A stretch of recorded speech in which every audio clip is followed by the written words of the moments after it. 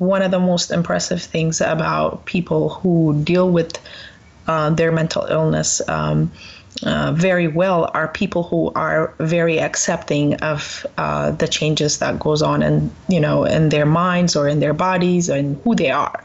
It's loving yourself, because you can have any type of illness and you can still accept yourself and find ways to contribute to society. Welcome to Africa and Us. I'm your host, Nathan Araya. On today's show, we have Ledet Muleta. Ledet is the founder and director of Medixaa Health Services, an organization that works to reduce the stigma of mental illness and provide support to those affected. Ledet has been working in the field of mental health for the past 14 years. Her passion in mental health and psychology stems from the rich experiences she has had as a psychiatric nurse. Ledet is a member of several organizations focusing on the diaspora and Africa, and hopes to continue her work in decreasing the disparities that exist in these communities. Ledet is also a writer and producer of a film called CHULA. I recently sat down with Ledet to explore her story. We discussed how to examine and approach mental health within the African and African diaspora communities, and her exciting new film about a young African woman living with bipolar disorder in the Washington D.C. area. This is Africa in Us.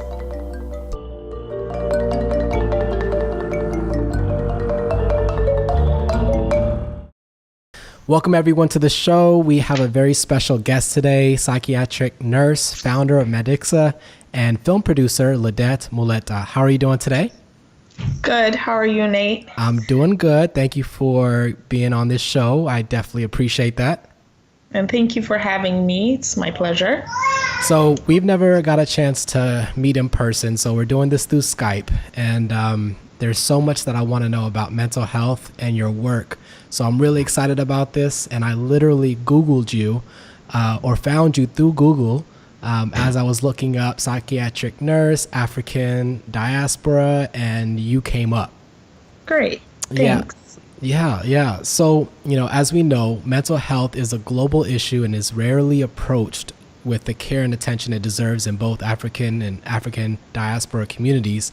You started an organization that works to reduce the stigma of mental health and provide support to those affected. Now, walk me through what this organization actually does and your reasoning behind this highly important initiative. Okay.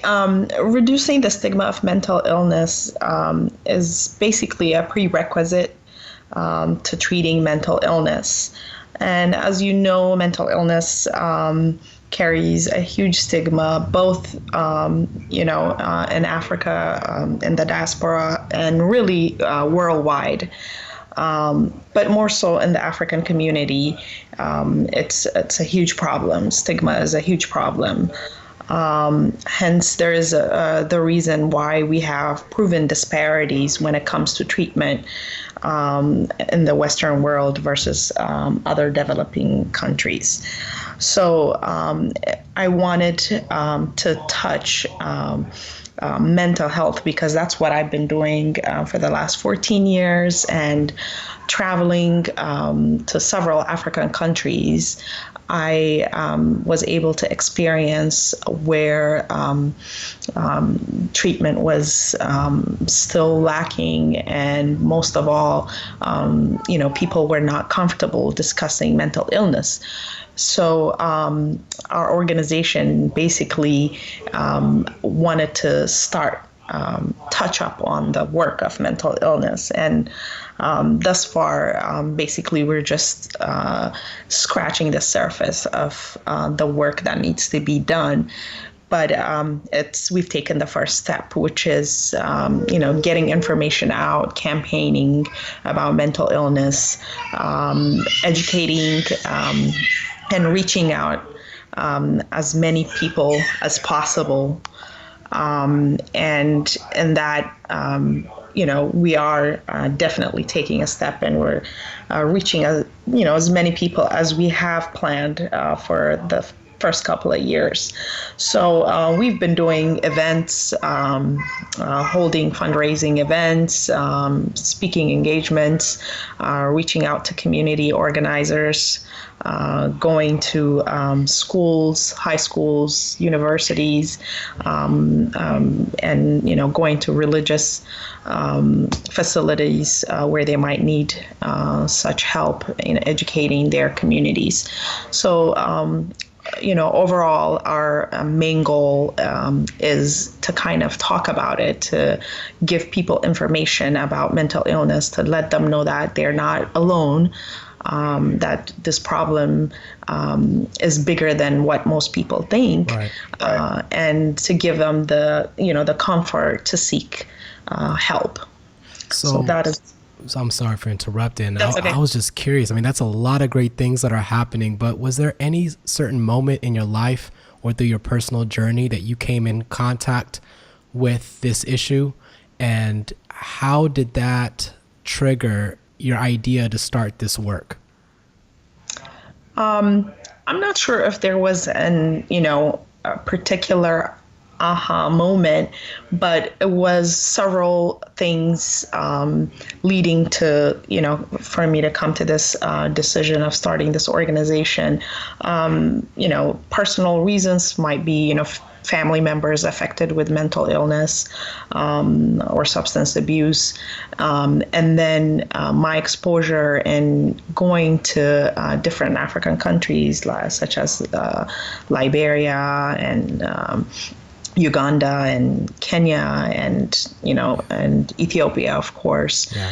and visiting facilities where mental health patients were treated, and also looking at the amount of people on the streets with mental illness, looking at signs in airports in Mobutu or something, one of the places I saw amazing signs in Mobutu about drugs and, how drug trafficking is becoming a huge problem in Africa.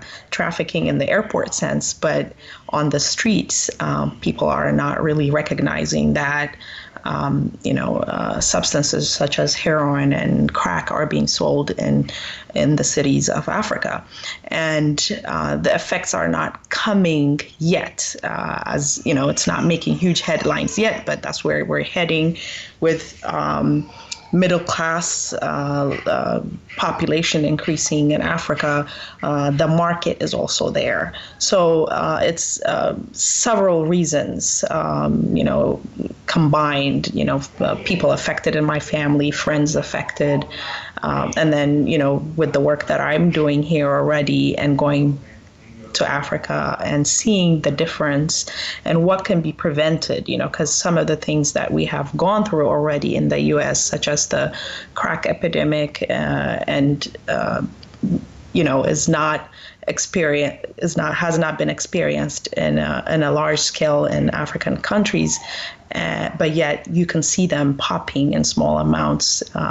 So that is the reason why I decided, okay, we need to start education when it comes to substance abuse. We need to, reduce the stigma of mental health in general, so that people can, prevent themselves from getting into substance abuses, Right. And then on top of that, to help those who are, who have been affected by mental illness without, being on substance. So that is really a combination of things that made me realize, okay, I might not have a job per se if I want to go to any of the African countries, but I really do have a job to do.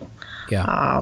You might not, find a job in this field and be able to earn a living, but the work actually really needs to be done. So I had to start somewhere. Right. And by starting somewhere, you've gone nearly everywhere by going to different countries in Africa and working on the East Coast in America. So how do you feel mental illness is currently viewed within your community here in the U.S. and then also, within different countries in Africa? Did you see any differences, or, what was kind of your views of how it's addressed and the awareness of it? The awareness of it, believe it or not, it's not as big of a difference when we're talking about the diaspora community versus the population in African countries. We tend, as a community, to internalize the problem, keep it within the family, seek religious methods in healing, mental illness such as depression and schizophrenia. The approach is somewhat the same, but the environment is different. So there is a bit of a difference in the diaspora where, the African diaspora ends up reaching, for help in the medical facility much sooner. But otherwise, the belief and, the first emergency approaches and where to seek the help is about the same. It's right. About the same because it goes to belief system. It's not necessarily where you're located in the world. It's about what you believe and what do you know as a tool. And most people think that, having someone who's mentally ill, the first thing that they think of is spiritual care. So right. They tend to seek spiritual guidance within their religion. And you see that both in the diaspora and in Africa. When it comes to resources, it's different because the sort of resources that are available in African countries, the resources are there. Yes, there are hospitals. Yes, there's doctors you can see. But when it comes to actually hospitalizing someone, it's not an ideal situation for many people in Africa. So most people resort to not hospitalizing their loved ones. Versus here, people, once things are out of their control, they do seek help, even if it means that they have to hospitalize them. The community has several facilities to take them to seek the help. Right. So, I grew up in, Ethiopian household, and, the difficult part sometimes with being a first generation diaspora is handling the expectations that parents place on their kids. Just because there's two different value systems that we're seeing. You have parents that are survivors and they come into this country or America seeking education and opportunity, and they want the best for their kids and they want to see them at the biggest level possible, within education or work or status or so forth. And then you have the first generation experience growing up, and we're trying to figure out what to do with this education and opportunity that our parents were seeking out when they came into this country. So there's a lot of internal issues that, the first generation American deals with, the fear of the future, trying to figure out, how to navigate through life as you're pioneering. What would you say is the first step, besides going to a hospital, in dealing with, certain things like anxiety or doubt or fear of the future, certain things that may not be manifested in a major way, but little subtleties that do come from time to time within someone's life? I think one of the most important things is communication. Being honest about your experiences, both, and it goes both ways. It goes for the parents. Yes, they want the best. They want their best for their kids, and they sort of try to make up for the things that they didn't have when it comes to opportunities. So they really want to push their kids. And, that is something that we we need to make sure that there's a balance. And that balance is going to happen when there is enough communication from both sides, honest communication, and expectations as well. It's very difficult for the new generation to have all this responsibility and burden of wanting their pleasing their parents. And what is a perfect balance? Because just because your parents think that you have to be an engineer, it doesn't mean that you have to be an engineer. There are many other ways of being successful, and I think on the children's side, or on the generation that's being first generation that's being born here, they also need to communicate that earlier on, because our culture kind of makes you feel like you are being rude, or you're not being obedient if you express who you really are. And actually having that communication reduces a lot of anxiety, and that happens in life, in adulthood. This is not to have any blame, but if you do not have open, clear communication in any relationship, it causes anxiety. Yeah. And when there is anxiety that's built up over years, it's bound to come out in different ways. And depending on if there's possibly additional reasons or additional things that would make you more vulnerable, that could possibly be a devastating, breakdown for the person. So I think communication is key, because one of the things that I've been able to compare is, looking at families who deal with situation in a very open way, and then the same problem with a family that have the same problem, but does not deal with the issue in open communication. And it really creates a lot of stress if you're not able to deal with that. Right. So, family communication is key.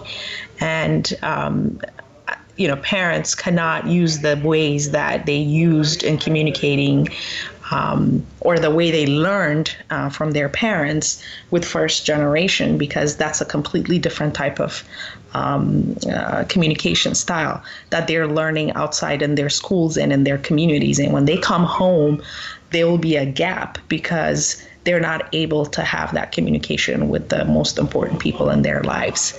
And I think that's very important. If you can go to school and have open dialogue with your instructors, and you can have open dialogues with people that you work with, there's no reason why you can't have open dialogue with your parents, the people that you see every day and you look up to. Yeah. No, that's so true. Communication is key. So what are some ways that we as people can prevent mental illness and remain mentally and emotionally healthy in our lives?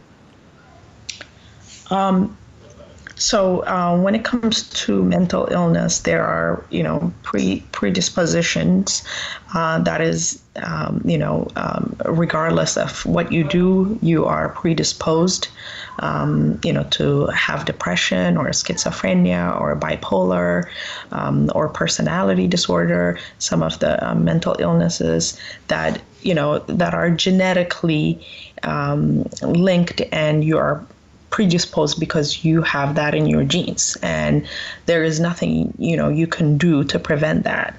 And then there's the other side of mental illness, which can be substance abuse, which is also sometimes used in order to mask other mental illnesses, but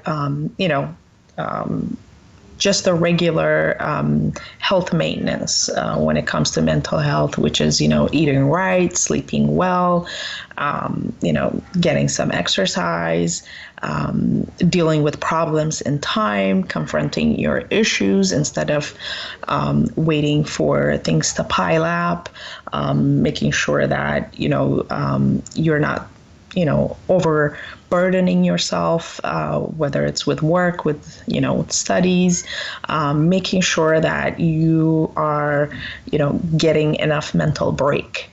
When it comes to dealing with anxiety, making sure, looking at ways to reduce them, how to reduce them, what works for you, actually examining yourself and being honest with yourself earlier on. And one of the most impressive things about people who deal with their mental illness very well are people who are very accepting of the changes that goes on in their minds or in their bodies and who they are. It's loving yourself, because you can have any type of illness and you can still accept yourself and find ways to contribute to society. So having that positive outlook, regardless of the challenges that you'll face, will strengthen you regardless of, of you having diabetes or you having anxiety disorder. So in general, the way to care for your mental health is the same way to care for your physical health. You seek help if something is stressing you out, and if you're constantly thinking about it, maybe you do need to see a counselor, someone who who can help you, whether it's with career, whether it's with relationship. There's nothing wrong with going and making an appointment with someone who can help you professionally. It can be professionally, or it can be people that you use as support systems. Sometimes Ethiopians, especially, we look to our friends and our churches or the mosques to kind of share our issues with, and I think that is something that is very healthy and help us prevent further issues with our mental health. Are there any certain resources that you would recommend, books or websites, online counseling, ways to kind of get more information or help? There are there are actually a lot of technologies out there for people who want to do, who want to communicate with a support system.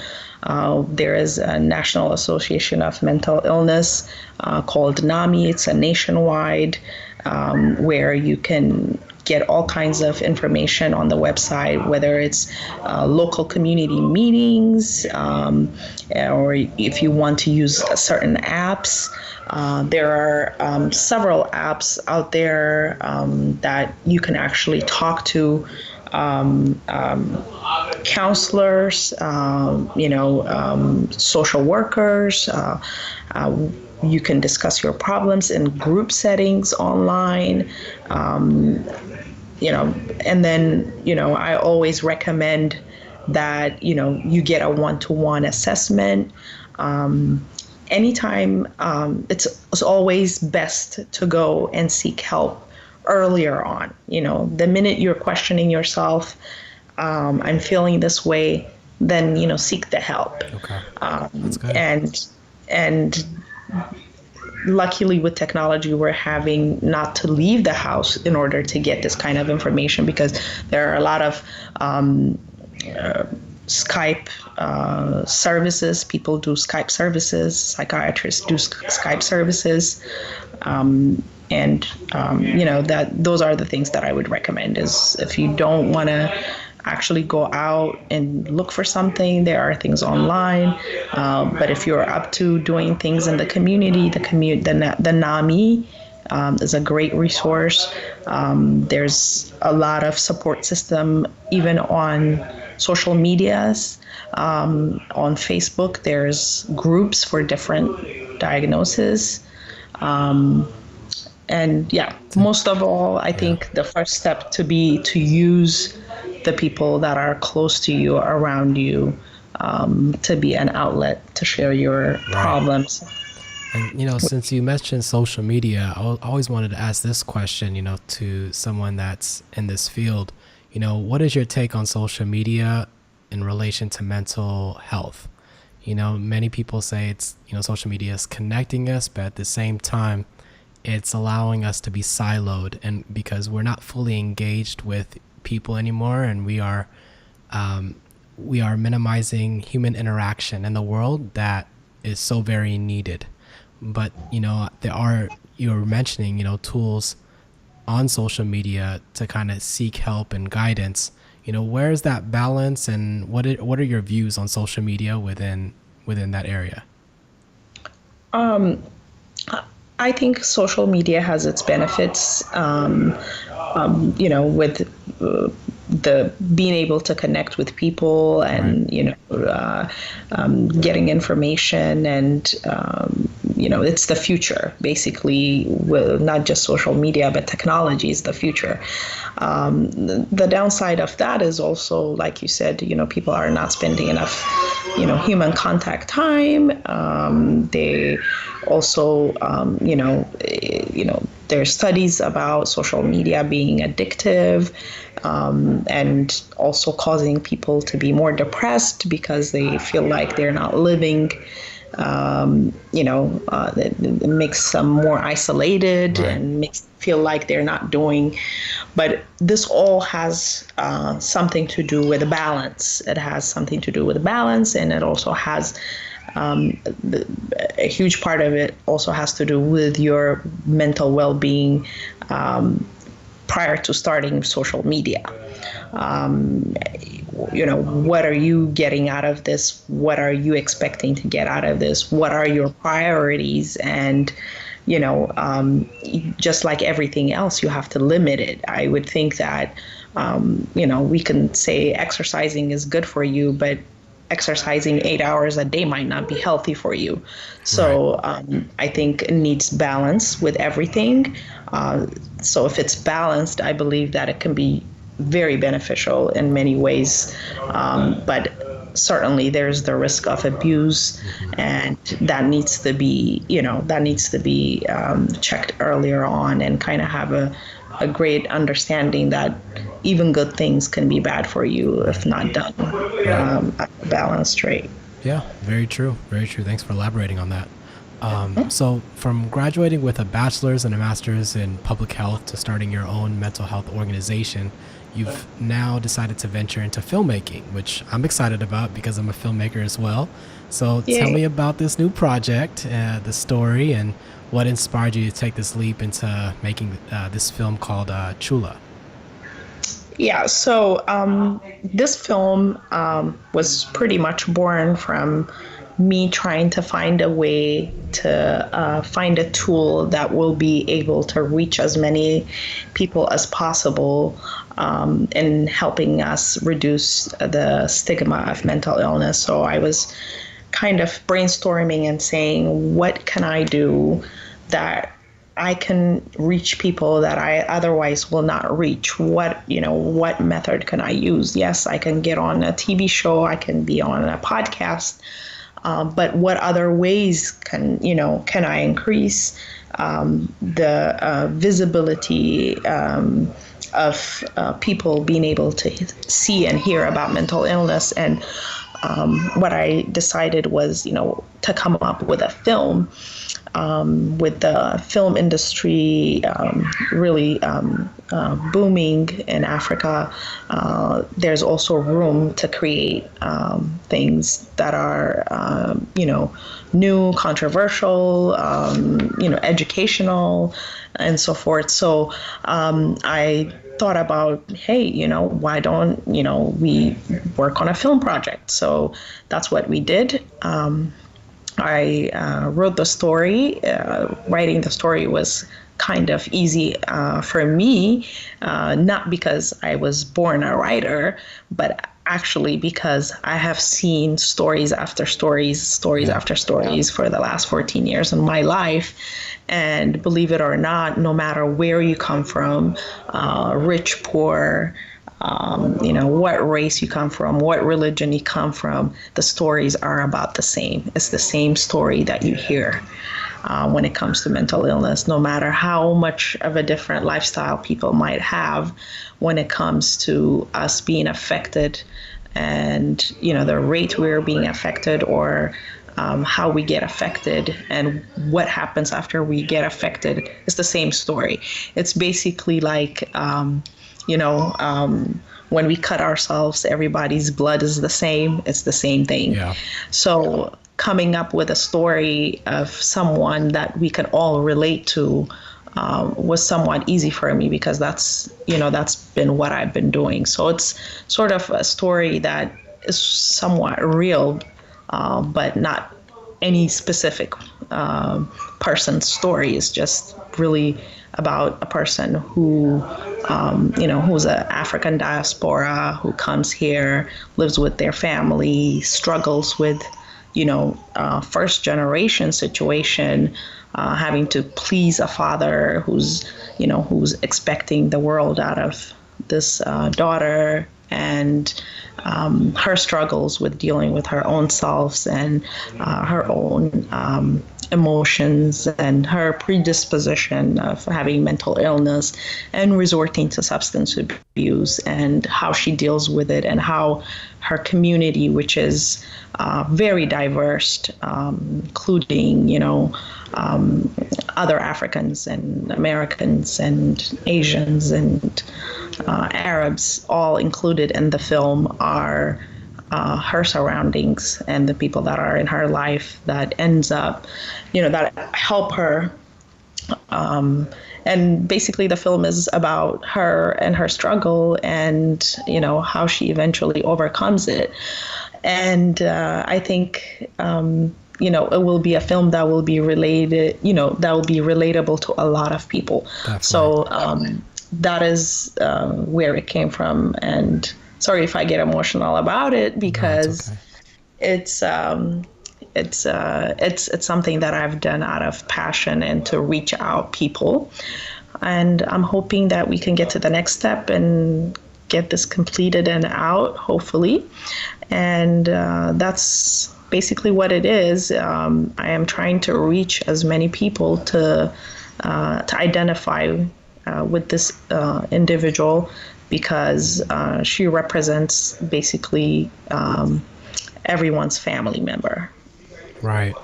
And I'm excited. I mean, as you're opening up and telling me about this film, it's definitely something needed to tell, because so many first generation Americans deal with issues like that, expectations, and, trying to navigate through this world, understanding who they are and what they're about. And this film just seems like it's very ideal to really help us open up in conversation and dialogue. So I'm looking forward to it, and I understand the huge undertaking that comes with making a film. You wrote it, and I'm sure it takes a community to come around your film. Where did you even start? When you had this vision, you started writing, you had the script, where did you go in order to take the next steps to see this vision, be fulfilled? So I kind of knew how much I wanted to put into the film when it came to, the writing part and the producing part. So I really started asking around people who I knew in the D.C. area, who possibly have done films or, are around the art scene. And I try to ask, around looking for a director, but I kind of had in mind the kind of director I wanted, and it was the first person that referred me to the director that I worked with. Yeah. We met, and I told him about what I want to do, and it just happened to be he was very passionate about the topic himself, and he really wanted to do it. So it was, I was really lucky with the group of people that I was able to meet. And then the main actress was found. And then after that, we did casting. We were able to get a couple of people from casting and a couple from other referrals. And the theme just, everyone was passionate about the work. So we did everything pretty much as scheduled. And we did, location-wise, we had people donate locations to us. We had a lot of support. Yes. We had a lot of support from the community. We had fundraising event, a dinner party, and that was really accepted well. We got feedbacks and we got further support and, ideas and stuff. I mean, for ideas, we had, about 150 people that were interested, that were just there to support us, with ideas and kind of encouraging us on which way to go. So we're hoping, we've gotten it this far. It's now in post-production. It's being edited, and hopefully as soon as we're done with editing, we're going to have, another event to kind of get the feedback of people and how we should approach the next step. Okay, so that's amazing. So when is it going to be finished? When can we expect to see it? Expect to see it? I don't have a date. Okay. Now that I'm a little experienced in making a film, I'll say at first, if it was up to me, it would have been done already. The hard part is done in a sense, right. The film is done. We're editing it. I'm hoping that the editing will be done sometime end of summer. Okay. But then I also, finding out, since this is my first film, finding out the options that I have, what are the options? I'm learning the options. Right. And so I don't know yet which option I'm going to take, and that whether we're going to take it to film festivals, or are we going to locally do shopping ourselves, or I don't know what method. I have an idea, and that idea is the same idea that I had when I first started working on this film, is what will, get it to as many people as possible. Right. That's my goal. So that's what I'll be working towards. This is the exciting and fun part, the process and the options and looking at ways to kind of get in front of people. I loved that when I was done with my first film and looking at ways to kind of do different screenings, whether it was at universities or in theaters or online. It was exciting for me. So I'm definitely in that sharing that same excitement with you as you're about to embark in that experience. Looking forward to the film for sure. Definitely let me know if there's any way I can see it. Would love to be able to see it as well. Yes. How long did it take you to shoot and make it thus far? We completed the film from writing the story to actually finishing the film. It took us a year and a half. Wow. Yep. Now I took about a year off because I had my first baby. Oh, congratulations. So, thank you. Boy or girl? A girl. Nice. What's her name? Itame. Nice. Beautiful name. Thank you. So once, so I'm thinking, but I've been warned from previous filmmakers, and you might contribute to this, that it can take up to 6 years, and I was thinking, no, that's not going to happen. Yeah. That's not going to happen, because if I get this done at this time, then, there's no reason why. But I'm realizing really it's not about how fast you get there. It's, how well you do your homework and how well, is there a rush to get the film out, or is there a rush, to have a goal of getting it to as many people as possible. So that's what is, definitely going to, require more time. Is to strategize. The marketing is more expensive than the film if you really want, people for as many people to reach as many people.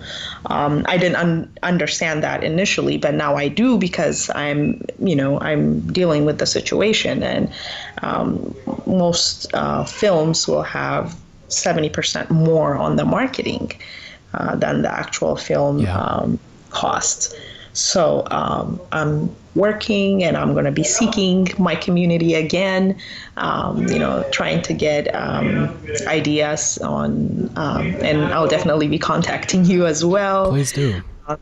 And one of the things that I really want to give credit to is, in our community, we have amazing generation of people. Our first generation Ethiopian Americans are wonderful. They have contributed a lot to this film. People have volunteered. I've had excellent volunteers. To name a few, Zoma and Rahwa, two of my interns that worked with me that were Ethiopians, and Andrew. Nice. A couple of really amazing volunteers that have contributed a lot, and I'm going to need people like that again to take the next step, and I'm confident that I will get those people back involved, and then add some more to get it to the next step, because this is not something that I'm doing alone. This is a community project. It's not just for me, it's for us, for our future generation, and something that that's going to show the importance of doing things together. Well, once again, I'm excited for you. I am definitely in your corner with many other people within the communities, and don't hesitate to reach out. Keep going, stay encouraged. We are fighting and rooting for you, and everything I know and everything I have is yours. So I am excited for you. Thank you very much. So right before I let you go, I know you've been talking with me for quite some time now. I wanted to throw out some final questions that I ask different people on this show.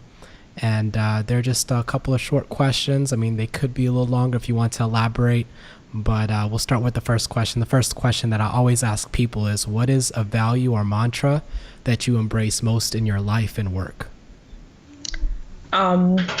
I would say it would be do what is right, not what is easy. I feel like, we sometimes look for the easy way out and try to, copy and paste or do something that, that someone else is doing, or try to find a shortcut. But I think what's really important in life is not just finding the easy way out, doing the right thing and, doing the right way really is what makes anything great. So that's something that I try to live by. That's great. Second question, what does African mean to you?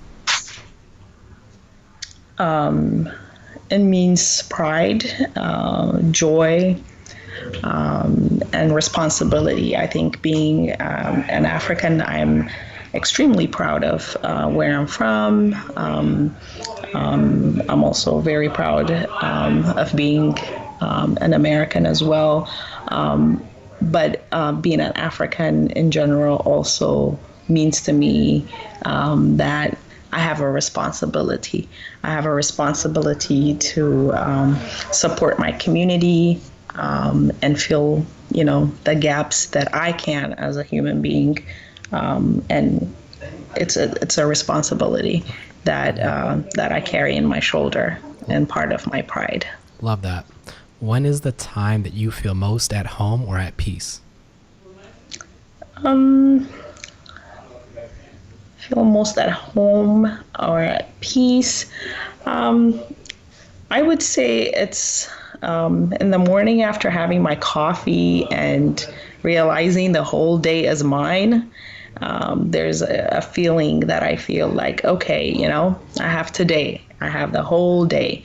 And, sense of gratitude of having the day kind of gives me peace. And usually after getting a few things done midday, or late in the afternoon after taking a short power nap, whenever I do get that, it's a great feeling because I get refreshed again, and it's kind of rewind. Let's get back to the morning and get a few things done. So it's about waking up and feeling gratitude, and then also getting some rest and waking up again. That's great. Well, what do you know for sure? What do I know for sure? I guess in my short life, what do I know for sure is the truth comes out. I've learned the hard way and the easy way and the nice way and the bad way is that the truth always comes out. What is one book that has deeply impacted your life? I would say this book that I read on vacation when I was in Ethiopia was called Dertogada, and it was a book written by a young Ethiopian writer. It has impacted my life in a great way. If you haven't read it before, please, I suggest it. It's about people, Ethiopian diasporas from all over, kind of networking and building something very underground and very big and very protective of their culture and their country, and and it touches every profession, from teacher to police to doctors to scientists, and to everything. So it was a book that in the past 10 years, I would say a book that has been very influential, and it's called Dertogada. How do you spell it? Dertogada. Okay, interesting. Love it. Yeah, it's fictional, and it's amazing. Dertogada, it's really good. Nice. And then the last question, it's a little quirky. What is your favorite app on your phone? So I'm not very, I don't want to say I'm not very savvy technology, but I do like my service apps, my Amazon, my Uber Eats, or my Lyft, or any of those things that have services. I really appreciate those. Other than service apps, I'm not really using anything. Nothing else. Okay. So what is the best way that people can reach out to you? I'm very I respond to people, email, social media. I'm really accessible. You can get a hold of me. My information is online, website, through the film website. What's the film? What's the film website? The film CHULA.com. This concludes our episode of Africa and Us. Thank you for listening. Be sure to share the episode and follow the journey on social media with me at Nate Araya. Be encouraged.